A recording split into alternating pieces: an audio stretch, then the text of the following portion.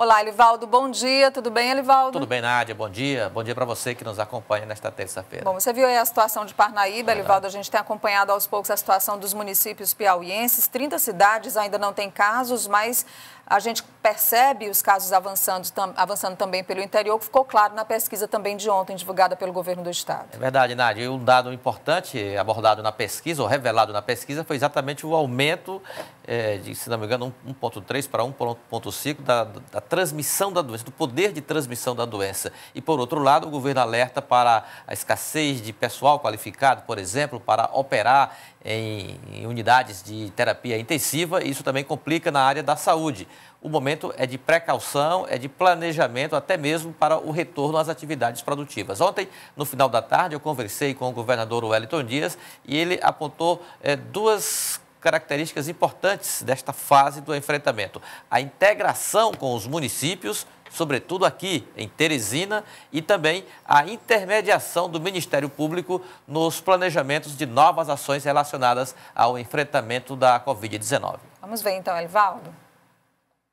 De casa, o governador Wellington Dias participa de videoconferências e anuncia decisões para o enfrentamento da pandemia do novo coronavírus. O desafio é integrar Estado e municípios, principalmente Teresina. Nós vamos sim chegar a um entendimento. Por exemplo, agora nós vamos estar buscando o fechamento sobre o protocolo da construção civil, o protocolo da área automotiva, assim como já chegamos ao entendimento com a parte de saúde.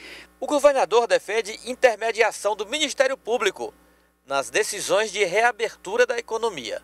Na agência do último comitê emergencial para a Covid no Piauí, com a presença dos poderes, ficou acertado que, mediado pelo Ministério Público do Estado, Ministério Público do Trabalho, pela Defensoria, mas numa mesma mesa, o Estado, o município de Teresina e outros municípios, juntamente com áreas como a construção civil, empregados e empregadores, a gente poder fazer o fechamento não só do protocolo, como do cronograma, para que a gente possa ter a retomada da atividade.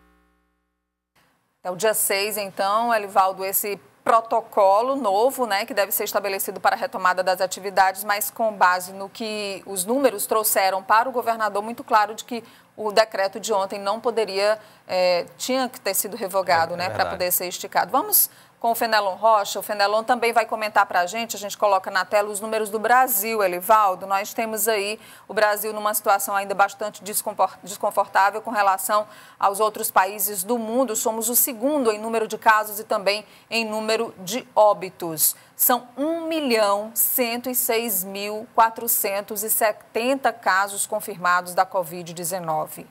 Nossa Senhora! 51.271 mortes, Fenelon Rocha. Olha, Nádia, bom dia para você outra vez e bom dia para o Elivaldo Barbosa. Nádia, quando a gente olha a relação dos países com mais casos, nós temos 4 em destaque: Estados Unidos, Brasil, Rússia e Índia. Para você ver a situação do Brasil, o Brasil tem mais casos do que os 2 seguintes somados. O Brasil tem mais casos do que Rússia e Índia somados. A situação é tão dramática que a gente pode pegar o caso de São Paulo. São Paulo, hoje, se fosse um país, estaria entre os 10 maiores com números de casos totais e de mortes também, Nádia, para você ver a situação em que nós estamos. Fenelon, Elivaldo, daqui a pouco nós voltamos com os dois e também com o Délio lá de Brasília. Nós vamos comentar sobre as eleições. Ontem o ministro Luiz Roberto Barroso, que preside o Tribunal Superior Eleitoral, Elivaldo, admitiu que as eleições devem ser adiadas. Mas acontece ainda esse ano. Foi numa sessão temática no Senado, dirigida pelo relator da PEC, que será votada hoje. Hoje está pautada para hoje, Everton Rocha, do PDT do Estado do Maranhão. O ministro Luiz Roberto Barroso falou sobre o tema, inclusive com participação de autoridades, de técnicos na área da saúde.